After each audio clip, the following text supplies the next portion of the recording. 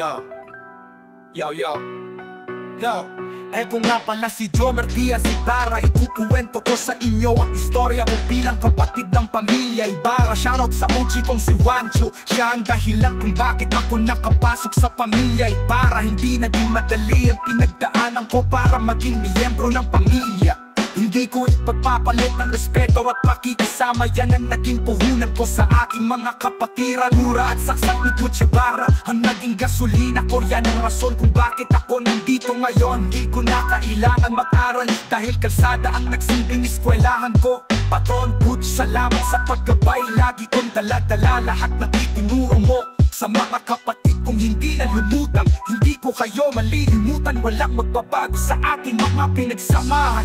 Shoutout sa mga OG kong gumabay sa akin, kaya hindi makasabay ang mga kalaban natin sa galawan na meron tayo.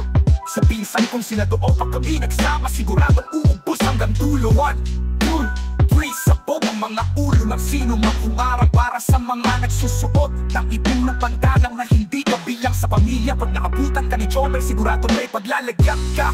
At bumaba na ang Ibarra na nakasuot ng itim na bandana. Ihamdan mo na ang iyon, boy, dahil dadaan ka sa checkpoint. Tahimik lang si Jomer, pero alam lahat ng nangyayari sa paligid. Kaya kabahan kapag ako kumalaw. Ang buhay ni Jomer ay parang chess. Kalkulado ko ang bawat galaw, sigurado ma-checkmate ka. Pagsuot ko ang itim na bandana, dala ko ang tapang ko kahit ako lang mag-isa.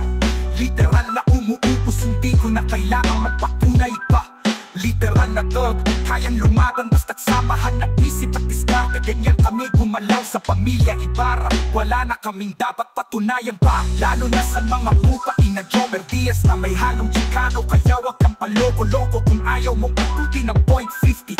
Literal, ang buhay mo aabuti ng 50-50. Jomer Diaz, tahimik lang kumilos, diskarting mala Pablo Escobar. Respeto sa mga homeboy dahil dyan din ako nanggaling. Hindi ako laging kampante dahil nasa ilalim lang ang diamante. Respetado ang pamilya ko kahit saan mo dalhin sa kalye. Real, but you do it. Jomer Diaz, tahimik lang kumilos, diskarting mala Pablo Escobar. Respeto sa mga homeboy, dyan din ako nanggaling. Hindi ako laging kampante dahil nasa ilalim lang ang diamante.